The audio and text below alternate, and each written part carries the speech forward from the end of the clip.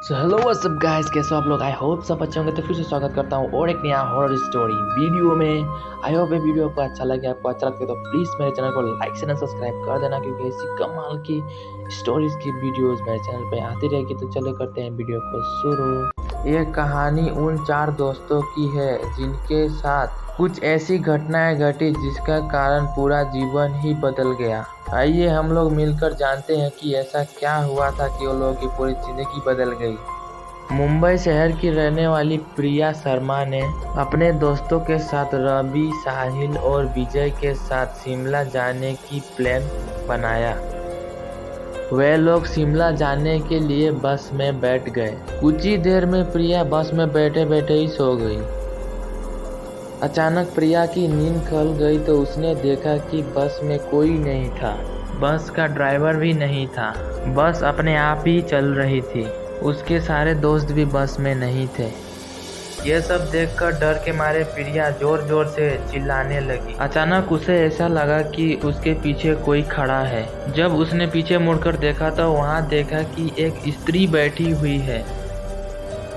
उस स्त्री का चेहरा पूरा ही जला हुआ था। देखकर ऐसा लग रहा था कि किसी ने उसके चेहरे पर एसिड फेंका हो। ऐसा भयंकर चेहरा देखकर प्रिया ने चिल्लाना शुरू कर दिया, बचाओ बचाओ बचाओ। और अचानक प्रिया की नींद उड़ गई थी। वो एकदम डरी हुई और पसीने से पूरी भीग गई थी। पास में बैठा हुआ विजय ने पानी की बोतल दी और बोला, शायद तुमने कोई बुरा सपना देखा होगा। थोड़ी ही देर में सभी लोग शिमला पहुंच गए और एक होटल पर रात बिताने के लिए गए।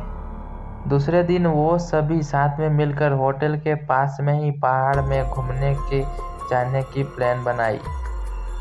करीबन आधे घंटे में ही वो सभी पहाड़ के सबसे ऊंची चोटी पर पहुंच गए थे। वहीं से नीचे देखने में नीला आसमान और पेड़ पौधे काफी सुंदर दिखाई दे रहे थे। अचानक साहिल चौंक गया और बोला, नीचे देखो कोई खड़ा है, लगता है कोई स्त्री है। विजय और रवि भी देखने लगे, लेकिन उन्हें कोई भी दिख नहीं रहा था नीचे। और बोले, तू पागल हो गया है क्या? इस घने जंगल में कोई स्त्री अकेले कैसे आ सकती है? तुम्हें शायद कोई भ्रम हुआ होगा। उसके बाद वो सब खुली जगह पर चले गए।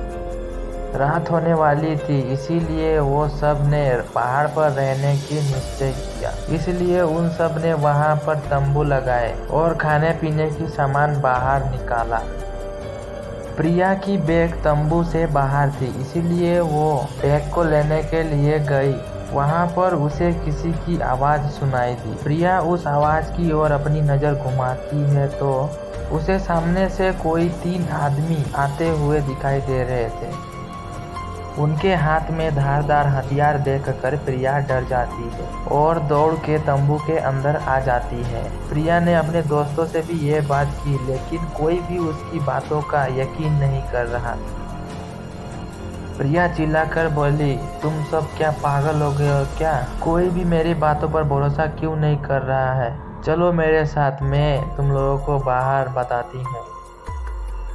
वो सभी लोग बाहर आकर शेखर की टॉर्च से नीचे देखने लगते हैं। टॉर्च जलाकर देखने के बाद उन लोगों को लगता है कि कोई 3 आदमी है जो उन लोगों की तरफ बढ़ रहे हैं। मंदिर के पुजारी की प्रेत आत्माएं सब देखकर वो सभी डर जाते हैं और तुरंत ही अपना अपना सामान समेटने लगते हैं और बड़े से पत्थर के पीछे जाकर सभी लोग छुप जाते हैं। थोड़ी ही देर में वो सभी लोग ऊपर आ जाते हैं और प्रिया देखती है कि उसके हाथ पैर और सिर आम आदमी की तरह बिल्कुल भी नहीं थे। वो सभी एक जगह पर बैठ जाते हैं और तंत्र विद्या शुरू करते हैं। उनमें से ही एक आदमी अपने हाथों की उंगलियों को काट देता है, लेकिन अंधेरे की वजह से उन्हें कुछ भी ठीक से दिखाई नहीं देता है। अचानक उन चारों ने देखा कि एक औरत उन आदमियों के बीच में आकर बैठ जाती है। कोई नहीं जानता कि आखिर वो औरत वहां पे पहुंची कैसे। प्रिया ने कहा, मुझे कुछ समझ नहीं आ रहा है। आखिर ये सब हो क्या रहा है? मुझे बहुत ही डर लग रहा है। एक के बाद एक वो तीनों उस औरत को सूंघने लगे। वहीं पे अचानक वो औरत अपनी उंगली उठाई और हमारे तरफ इशारा करने लगी। हम तीनों डर गए। वो तीनों उस औरत को छोड़कर हमारे तरफ बढ़ने लगे। हम सब पहाड़ी से नीचे होटल की ओर दौड़ने लगे। हमें दौड़ता हुआ देखकर वो तीनों भी हमारी तरफ दौड़ने लगे हमारी आवाज़ सुनकर। रिया और साहिल सबसे आगे दौड़ रहे थे और विजय और रॉकी उनके पीछे दौड़ रहे थे। प्रिया और साहिल होटल तक पहुंच गए, लेकिन रवि और विजय का कोई पता नहीं चल रहा था। हमने होटल वालों से उसके बारे में सभी बातें की तो होटल वाले लोगों ने कहा कि उस पहाड़ पे कोई नहीं जाता है, वो पहाड़ श्रापित है। जो भी वहाँ पर जाता है वो कभी वापस नहीं आता। आप लोगों की किस्मत अच्छी है कि आप अभी तक जिंदा हैं, पर हमारे दोस्त रवि और विजय भी कभी वापस लौट कर नहीं आए। हमने उन्हें ढूंढने की बहुत ही कोशिश की, पुलिस कंप्लेंट भी करवाई, पर कोई भी फर्क नहीं पड़ा। तो हेलो दोस्तों, आप लोगों को ये स्टोरी कैसी लगी एक इस श्रापित पहाड़ के बारे में? तो आपको अगर अच्छी लगी तो प्लीज़ कमेंट करके बताना, और आपको ख़राब लगी तो डिसलाइक मार के चला जाना। तो मेरे ऐसी स्टोरीज़ के लिए मेरे चैनल को सब्सक्राइब कर देना। तब तक के लिए मिलते हैं नेक्स्ट वीडियो में, तब तक के लिए बाय बाय, जय हिंद, वंदे मातरम।